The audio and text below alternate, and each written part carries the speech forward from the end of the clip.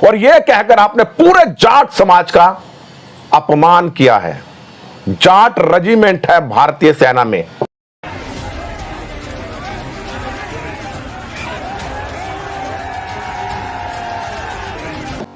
नमस्कार साथियों, कल उत्तर प्रदेश के जाट बहुल शहर मुजफ्फरनगर में एक हाई वोल्टेज ड्रामा हुआ, या आप यूं भी कह सकते हैं कि हाई वोल्टेज ड्रामा रचा गया।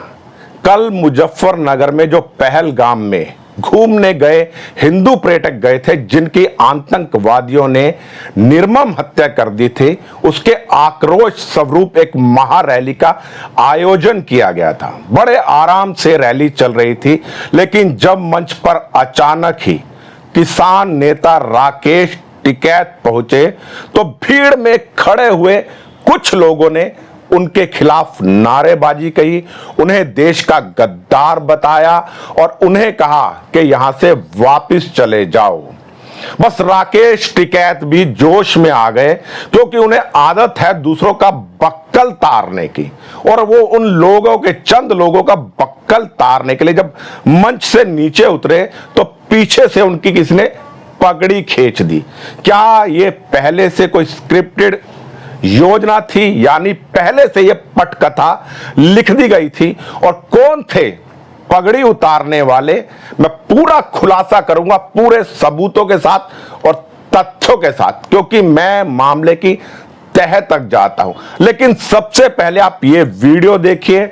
जैसे ही राकेश टिकैत की पगड़ी उतरी, राकेश टिकैत ने सिंपैथी के लिए, लोगों की सहानुभूति लेने के लिए चिल्लाना शुरू कर दिया कि मेरे सर की पगड़ी उतर गई है और अब इसका बदला लेना चाहिए।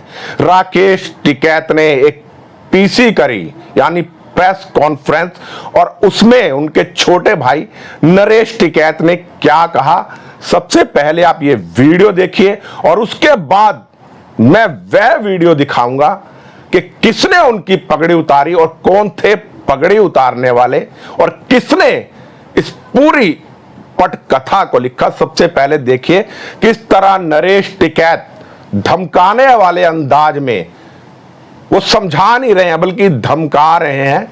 क्या कहा कल की जाट सभा में? किसान भाइयों, आज ये अचानक ये घटना हुई, इसकी हम निंदा करें, खूब जोर शोर से निंदा करें। एक मान सम्मान को ठेस पहुंचाने के बाद देखो गुस्सा भी बहुत आ रहा। अपने घर में इस तरह की बात हो, अगर हमारे थोड़े से इशारे पर या यहाँ की धरती लाल हो जाएगी, ये अपने मन में तो निकाल दो बात। और जिम्मेदारी की एक ऐसी बात है, हम कोई भी कदम ऐसा नहीं उठाते।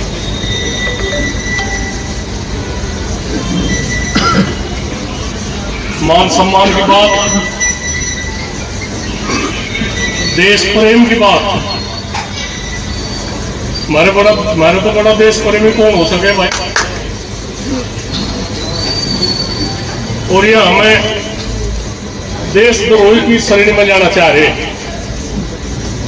हम मर तो सके, हम खत्म हो जाएंगे लोगों ने, पर अपने इतिहास पर दाग नहीं लगाने के। हम पगड़ी पे आप लोगों के हाथ में पगड़ी की लाज है भाई। आप लोगों ने पहले से भी सम्मान रखा। अगर नई बात होती तो पगड़ी हम भी कल को उतार के दर्द वही पंचायत में ही। नहीं जी, ऐसा नहीं होने का चौधरी साहब, बिल्कुल भी नहीं, बिल्कुल नहीं जी। एक चांद दे देंगे, चांद दे देंगे जी, चांद। अभी ले लो परीक्षा, चौधरी साहब अभी परीक्षा ले लो। एक सुन लो बात, कल की बात है, रात बीच में है भाई। चौधरी साहब आदेश करो जी। रात बीच में है, बड़े अनुशासन से आप लोगों ने किसान पर जिब भी किसान के सम्मान को ठेस पहुंची। आप लोगों ने जाति, मजहब, पार्टी, संगठन सबके ऊपर को होकर आप लोगों ने किसान के सम्मान की लाज बचाई भाई। कल को भी एक सम्मान की लाज की बात है। अगर इस तरह की है बात, हमें किसी की वानी है बात, हम किसी के सिर तारण का ऐलान करें या कहीं का करें, कोई वानी बड़े होश हवास में एक जिम्मेदारी की बात है भाई। हम अपने इतिहास का दाग नहीं लगाते। आप लोगों की बहुत बड़ी जिम्मेदारी है।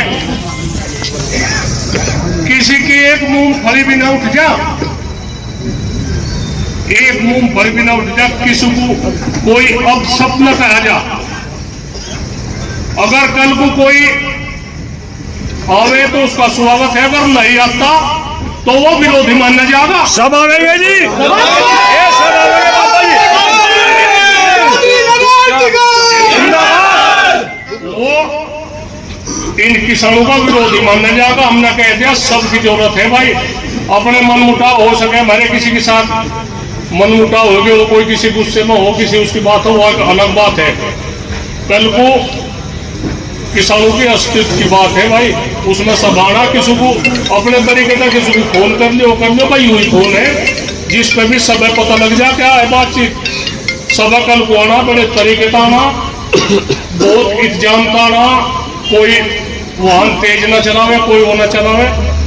दूसरों की भी सुरक्षा की बात आप लोगों की जिम्मेदारी है। और बस और कुछ नहीं, बात सब ठीक है, ठीक करके तो टेम तो जब तभी कल का दिन है, सूरज निकलने के साथ साथ मोहल्लों इकट्ठे अपना ठीक है जी मैदान। और बढ़िया में सबसे बड़ी बात है क्यों संगठन अनुशासन कहीं चल रहा। बहुत तरीके के आदमी आप लोगों को सरंग कुछ रहे, जो कोई गलत काम करेगा वो अपनी जिम्मेदारी पे करियो बात कि अपना चाहो अपने घर में रह लियो। यहाँ तो बिल्कुल साफ सुथरी मन में वो आप बात लेकर वहां यहाँ से आओ, और जो यहाँ से जिम्मेदार आदमी रहेंगे वे ही निर्णय लेंगे क्या होगा, ऊपर होगा। और उसके बाद है कोई निर्णय अपने हाथ में, कोई भी कानून लेने की कुछ बात ना करियो।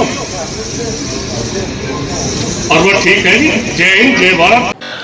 आप लोगों ने बड़े ध्यान से ये वीडियो देख ली होगी। राकेश टिकैत के छोटे भाई नरेश टिकैत साहब क्या कह रहे हैं? कह रहे ये सरकार की योजना थी और अब पंजाब और हरियाणा के किसानों को अलग करने के लिए पानी का एक नया मसला खड़ा कर दिया। ये अपने आप को नेता कहते हैं, देश विरोधी बातें करते हैं। आपको मालूम है कल हो हल्ला क्यों हुआ था? क्योंकि राकेश टिकैत ने कहा था ये पाकिस्तान की गलती नहीं है, ये भारत की गलती है, हमारी सुरक्षा एजेंसियों की गलती है कि उनके पास पुख्ता जानकारी नहीं थी। मैं पूछना चाहता हूं, राकेश टिकैत जी थे, इस देश में दो प्रधानमंत्रियों की निर्मम हत्या हुई आतंकवादियों के द्वारा, तब सुरक्षा में चूक किसकी थी? अमेरिका के दो राष्ट्रपति मौत के घाट उतार दिए गए, जॉन एफ कैनेडी, तब किसकी चूक थी? और पाकिस्तान की महिला प्रधानमंत्री को गोलियों से भून दिया गया। यानी इतने बड़े बड़े राष्ट्राध्यक्ष जब गोलियों से भून दिए जाते हैं तब आप कभी कुछ नहीं बोले कि सुरक्षा में किसकी चूक थी। लेकिन जहां पर हमारी एजेंसीज का नाम आता है, जो दिन रात देश की सेवा में लगे रहते हैं, तब आपको चूक नजर आती है। और यह कहकर आपने पूरे जाट समाज का अपमान किया है। जाट रेजिमेंट है भारतीय सेना में और बहुत बहादुर रेजिमेंटों में गिनी जाती है। ये गिनी चुनी रेजिमेंट हैं जिनका वीरता से नाम लिया जाता है। यह कहकर आपने पूरे जो आपके जाट समाज के फौजी हैं उनका अपमान किया है। अब आप देखिए ये वीडियो। इस वीडियो में आपको मालूम पड़ जाएगा कि कौन थे पगड़ी उतारने वाले, किन्होंने पगड़ी उतारी और किन्होंने पहनाई। ध्यान से इस वीडियो में देखिएगा। टिकैत के पीछे दो नौजवान खड़े थे, एक ने काली शर्ट पहनी हुई है और एक ने सफेद शर्ट। अब आप खुद समझदार हैं, आप समझ जाएंगे कि टिकैत साहब के बक्कल तारने वाले उनके अपने ही आदमी थे। ध्यान से इस वीडियो को देखिए।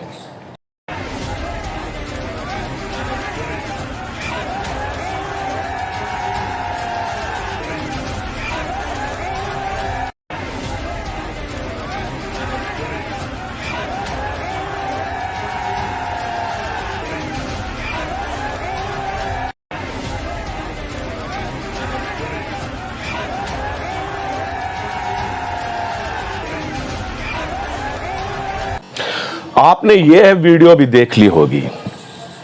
राकेश टिकैत के पीछे दो युवा खड़े हैं, एक ने काले रंग की शर्ट पहन रखी है, एक ने सफेद रंग की। और जैसे ही कैमरा इधर हुआ, काले कपड़े पहने वाले व्यक्ति ने उनकी पगड़ी उतारी और उन्हीं दोनों व्यक्तियों ने दोबारा सर पे पगड़ी रख दी। यानी खुद राकेश टिकैत के ये व्यक्ति थे और पगड़ी उतारने की जो स्क्रिप्ट थी, पटकथा, ये खुद राकेश टिकैत ने लिखी हुई थी। पहले ये किसान थे लेकिन अब नेता बन गए और नेताओं वाले सारे गुर इनमें आ गए हैं। यानी लोमड़ी की मक्कारी, मच्छर की यारी और किस तरह ढोंग रचे जाते हैं, प्रपंच रचे जाते हैं, त्रिया चरित्र रचा जाता है, ये सब नेताओं वाली कलाकारी अब इनमें आ चुकी है। आपने देख लिया होगा पगड़ी उतारने वाले कौन थे और पगड़ी पहनाने वाले कौन थे। यानी इनके बक्कल खुद अपने आप उतरवाए सिंपैथी लेने के लिए, क्योंकि आजकल जो किसान मंच के नेता है उनमें इनकी पूछ कम हो रही थी और पंजाब के किसान आगे बढ़ रहे थे। लेकिन अपने नेतृत्व को पुख्ता करने के लिए इन्होंने ये योजना रची, षड्यंत्र रचा। मैं कहना चाहूंगा अपने देश के जाट भाइयों से, आप इसको जाटवाद में मत लेना, देश हित में लेना। इसने पाकिस्तान को क्लीन चिट दी है और ऐसे गद्दार को क्षमा नहीं करना चाहिए। इसने जाटों का नाम भी बदनाम करा है। बस ज्यादा कुछ नहीं कहूंगा। मेरे जाट भाई बहुत देशभक्त हैं, अच्छी तरह समझते हैं कि कौन व्यक्ति कैसा है। कभी इनके पास कितनी जमीन थी आपको मालूम होगा। आज 3-3 गाड़ियों के शोरूम के ये मालिक हैं। गरीब किसान आज भी गरीब है और ये दिन रात अपनी प्रॉपर्टी बढ़ाते जा रहे हैं। 2-2 पेट्रोल पंपों के मालिक हैं। विदेशों में ना जाने इनकी कितनी प्रॉपर्टी होगी और कहते हैं ये अपने आप को किसान नेता। तो ऐसे लोगों के झांसे में मत आए, ये आपको बेवकूफ बनाकर अपना मकसद साध रहे हैं। ज्यादा कुछ नहीं कहूंगा, इसी के साथ अपनी वाणी को विराम देता हूं। मैं राजेश भसीन, संवाद नेशन के साथ। जय हिंद, जय भारत, जय जवान, जय किसान।